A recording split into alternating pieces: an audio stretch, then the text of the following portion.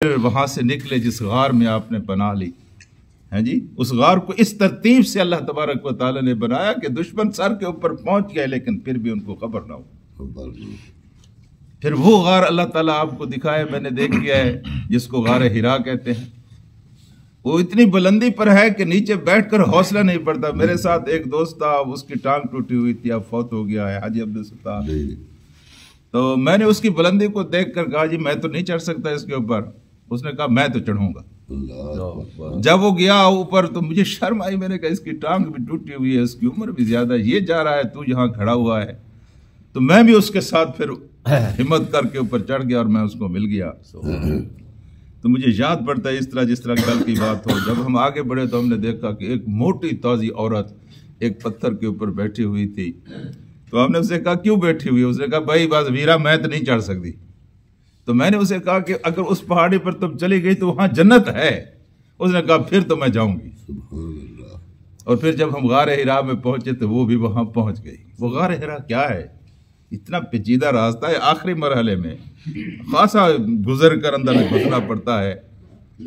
तो एक मुसल्ले की जगह है जहां आका अलैहिस्सलाम बैठकर मुराकबा फरमाते थे नबूवत से पहले, हैं जी।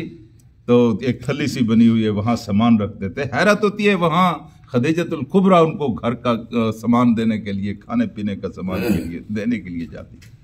रास्ते में भी कई मकाम थे लेकिन आपने वहां क़याम नहीं फरमाया। वहां जाकर वो भी एक गार थी जी। मेरे अजीज दोस्तों, सफा मरवा की भी पहाड़ियां थी, ये सारी देखे। ये तोड़ा बोड़ा के भी पहाड़ थे जहां बैनुल अक़वामी ताकतों को नाक के बल रगड़ कर उनको शिकस्त दी है अहले ईमान ने। तो आज फलस्तीन के सरजमीन पर आज 80 दिन हो गए तकरीबन। लोग 10 दिन जंग नहीं कर सकते। पाकिस्तान और इंडिया की जंग 17 दिन हुई थी। क्या हुआ था? दोनों मुल्कों की आंखें बहर आ गई थी। आज 80 दिन हो गए हैं। दुनिया की सबसे बड़ी ताकत से वो नबुर्द आजमा है। तो वहां भी अल्लाह तबारक व तआला ने उनके लिए जिन चीजों को मुआवन बनाए वो गारे हैं। उनको समझ नहीं आती। उन्होंने समंदर के पानी भी छोड़े हैं, उन्होंने उनके अंदर गैस भी छोड़ी हैं।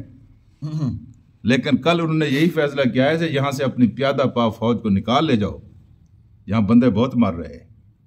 तो मेरे अजीज दोस्तों, ये गारें जो है ये बतौर खास अहले ईमान के लिए बड़ी पनाहगाहें साबित होती हैं, बड़ी मोमिन साबित होती हैं। तो उन गारों का जिक्र है कि अल्लाह पाक ने वह तरह शम्सा, तो देखेगा कि वो गार ऐसी थी कि सूरज जो था इज़ा तला तज़ावरु अन कहफ़िहिम ज़ातल जिमाल, कि सूरज एक तरफ से गुजर जाता था, निकलता था, उसकी रोशनी और उसकी हरारत उतनी उनको पहुंचती थी जितनी उनको जरूरत थी। सुभान अल्लाह। इससे ज्यादा उनको नहीं पहुंचती। इस तर्ज पर अल्लाह पाक ने उस गार को बनाया था। और वाइदा गरबत तक़रिज़ुहुम ज़ात शिमाल, जब वो शाम को गुरूब होता था तब भी उनके बाएं जानिब गुजर जाता था। यानी सूरज इस अंदाज की उससे उनकी खिदमत करता रहा कि अदब के साथ गुजर जाता था, ताकि उनको जगाए भी ना, उसकी गर्मी उनको सताए भी ना। जितनी रोशनी की उनको ज़रूरत थी, जितनी हरारत की उनकी ज़रूरत थी, खिदमत करके सूरज उनको पहुंचाता रहा और वो सोए रहे। और फिर अल्लाह का कुरान कहता है वहुम फी फजवतिन मिन, वो इस तरह लेटे हुए थे कि 7 आदमियों के लिए वो एक खुली जगह बन गई थी, जिस तरह कोई माँ के आगोश में सोया हुआ। इस तरह का वो बिस्तर था, लेकिन बनाया इस तरह था कि कोई बाहर से आया हुआ आदमी भी यूं ही समझे कि कोई गार है। अंदाजा लगे वो 300 साल तक वहां सोए रहे, किसी को कानू कान खबर भी ना हुई। क्या ख्याल है आपका? वो 7 खानदानों के चश्मो चिराग थे। जब वो गुम हुए होंगे तो उनको तलाश नहीं किया गया होगा, हैं जी।